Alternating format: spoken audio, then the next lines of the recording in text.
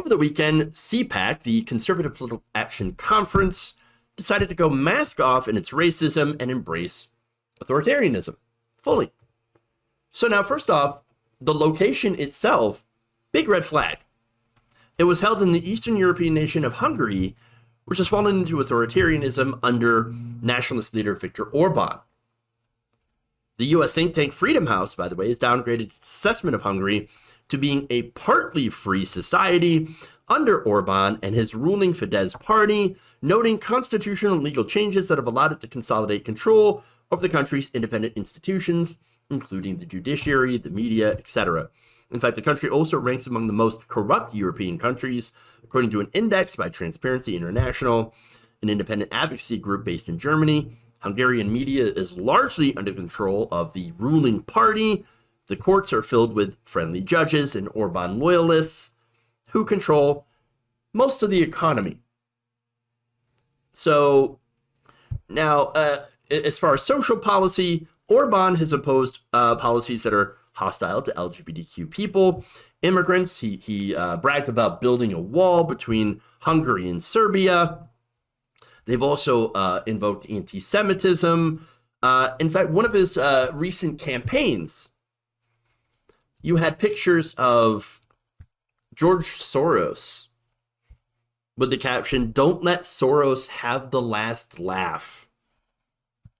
And by the way, Orbán also subscribes to the Great Replacement conspiracy theory. So obviously, this is the perfect place for Republicans to gather. What Orbán did to Hungary, they want to do here. In fact, Orbán himself was a keynote speaker, and I'm going to show you some of that speech. It is incredibly scary because what they are doing is basically laying the groundwork, and Orbán is saying, "Hey, if you want to do what I did, here's what you got to do. You got to control the media." Take a look. Of course, the Grand Old Party has associates in the media, associated media, but they do not compete with the dominance of the liberal press. Only my friend Tucker Carlson places himself on the line without wavering. His new program is the most watched. What does it mean? It means that programs like his should run day and night, as you say, 24/7. Can you imagine 24/7 Tucker Carlson? Huh. Oh, but no, Tucker Carlson, definitely not a racist, says some people, even on the left. Insane. And now he also told Republicans in another part of the speech, having your own media, it's the only way to point out the insanity of the progressive left. The problem is the Western media is adjusted to the leftist viewpoint. Those who taught reporters in universities already had progressive leftist principles. Okay, hold on here. In what world do Republicans not have control over the media?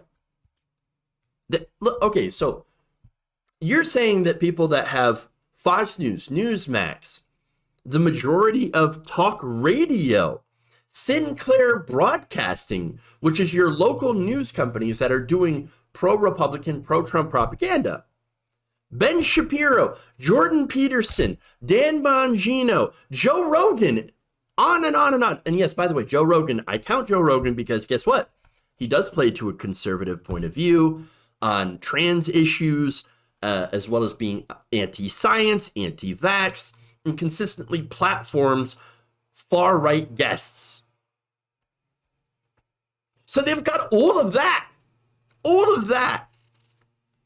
Now, what is the progressive left? What do they have? Pretty much independent media, what you're watching right now. Cable news, not leftist. No, cable news is establishment corporate media. Now, look, you could say that, well, they're more progressive on social issues. Sure. Guess what? It's because gay people have money and they spend money. And by the way, corporate media doesn't want to lose that audience because guess what? The majority of the country agrees with the left on those social issues. And so, of course, cable news, being corporate media, corporate being the key word here, they're going to appeal to those audiences. That's why you do see a lot of, what's the word that I'm looking at here? It's rainbow capitalism, appealing to people, to these demographics, but not actually really doing a whole lot to champion their cause or to protect them or defend them. So, I mean, look, and by the way, understand that what Orbán is talking about, he is giving the right-wing advice to say you need to take over total control of the media. And the way that you do that is you, of course, you make sure to paint the media as being super unfair to conservatives. Oh, it's too liberal. It's biased against conservatives. It lies to you. And you can only trust the right wing. And so, look, there is a specific word used to describe that phenomenon as well, of saying that the media is untrustworthy. And by the way, trust in corporate news is incredibly low. And by the way, you could make a leftist case for that as well, that they certainly have not earned trust. They have lost their trust for good reason, for both sides in many different issues. And so look, the corporate media, obviously, since they are corporate, they take the corporate side. They give equal weight to both sides. Insane anti-science conservatives versus, and I remember when they used to do these so-called debates on climate change, where you bring in an insane person who's like, oh, climate change not really happening. No, not at all. And then you bring on another person from the other side and say, oh, well, actually here we do have science. And they'll treat those two sides as an even debate. No. And the reason they do that is because you have corporate media that's funded in large part by other giant corporations or industries like the oil and gas industry. And so they muddy the water and they make both sides appear to be even, when in reality they are not even at all. Conservatives have constantly lied about these issues. And unfortunately, again, it has worked. Corporate news outlets do not want to be called liberal. And look, some of their hosts, some of their news actors, they wanted to be on Fox News. Some of them had went over to Fox News. And now, of course, unfortunately, it's the other way around. Now you have Fox News hosts that are going to corporate media, or I'm sorry, not corporate media, because Fox News is corporate media, but they're going over to CNN. They're going over to MSNBC. You have former Trump administration officials getting jobs at CNN. No, corporate media is an absolute disaster. And the right wing celebrates the death of real media in this country because guess what? When they delegitimize the media, they get to take over. Tucker Carlson has the largest audience on cable news, the most watched show. Most watched show.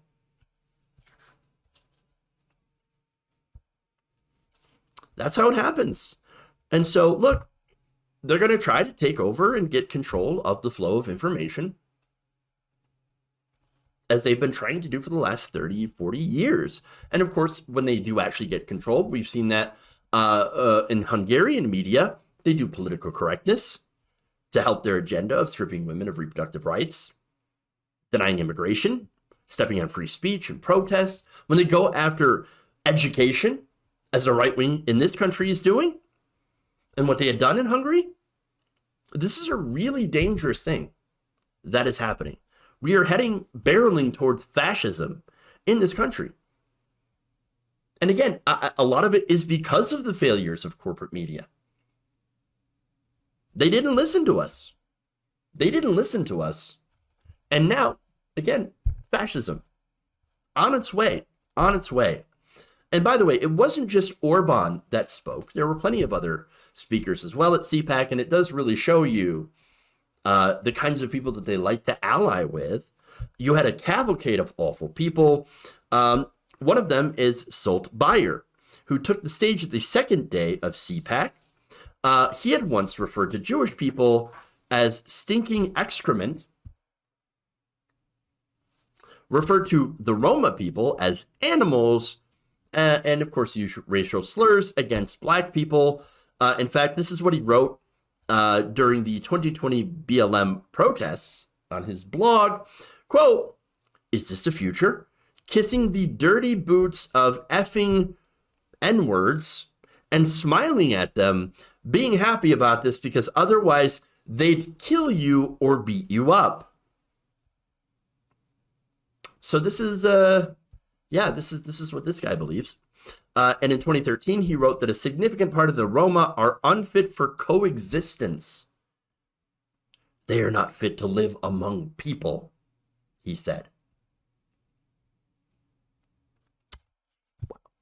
And during his speech, Bayer had focused on attacking Calvin Klein for so-called political correctness, comparing a 2009 ad featuring a white supermodel whom Bayer called a, quote, very hot woman, with a 2019 ad featuring a black rapper, Chica, who he described as not so hot, adding, "It's clear that this ad was born under the aegis of Black Lives Matter."